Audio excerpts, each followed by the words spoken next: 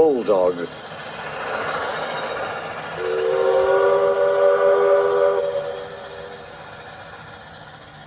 Ever since Scar, and Renius had their 100th birthday, Peter Sam had been worried. He kept on saying that the real Duke never came. Rubbish, said Duncan. Of course he was real. All the same, Peter Sam persisted, he wasn't our Duke. Our Duke, said Sir Handel, is an engine.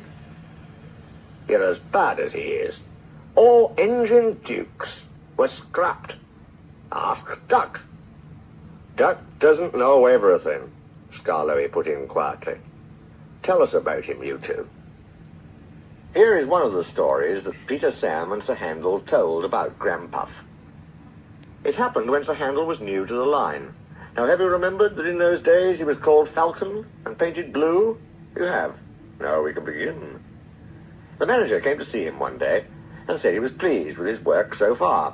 Now, Falcon, he went on, you must learn the mountain road. Yes, please, sir, said Falcon, excited. So tomorrow you shall go double-heading on it with Duke. He'll explain everything. Falcon didn't like this. He thought Duke was a fusspot, a regular old fuddy-duddy. Duke's train was one for holidaymakers. He called it the picnic. Falcon was ready when Duke arrived. Duke drew forward beside him. Listen, he said, the mountain road is difficult. You take the train, and I'll couple in front. No, said Falcon, I'll lead.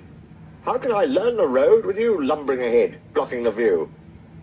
Suit yourself, said Duke shortly, but never mind the view. Attend to the track. Look at the track, he puffed again on starting. Never mind the view. Fuss-pot, puffed Falcon on starting. Fuddy-duddy, fuddy-duddy, fuddy-duddy. They rattled through the first tunnel, looped round, recrossed the river, and entered the second, climbing all the time. Their speed grew slower and slower. Don't dawdle, urged Falcon. No hurry, puffed Duke stolidly. The tunnel was curved and pitch dark. Falcon felt stifled. He wanted to get out. Presently the light grew. 2 ribbons of track appeared ahead in the gloom. Watch the track, warned Duke. Puss-pot, scoffed Falcon. The tunnel mouth grew larger and larger, till at last they burst into the sunshine. The line here swung sharply right. It was laid on a ledge cut in the hillside. Below lay the valley up which they had come. Track and buildings looked tiny, like toys. No one quite knows what happened next. Duke said there must have been something on the track, and Falcon hadn't kept a good lookout. Falcon said he was dazzled, so how could he keep a good lookout? Anyway, their coaches had barely cleared the tunnel when Falcon lurched. His front wheels, derailed, crunched over sleepers and ballast. He came to rest with one wheel uncomfortably near the edge. Duke had saved Falcon. Now he held on grimly with locked wheels and taut couplings. Young idiot, he hissed. Stop it! I can't hold you if you shake. Falcon tried hard to stop shuddering.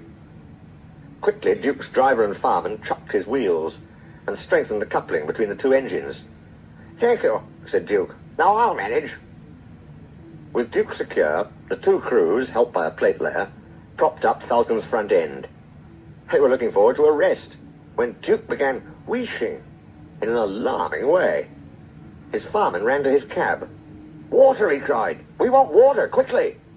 The plate layer's cottage stood nearby. He explained to his wife, and the passengers borrowed jugs, buckets, kettles, saucepans, anything, in fact, which would hold water.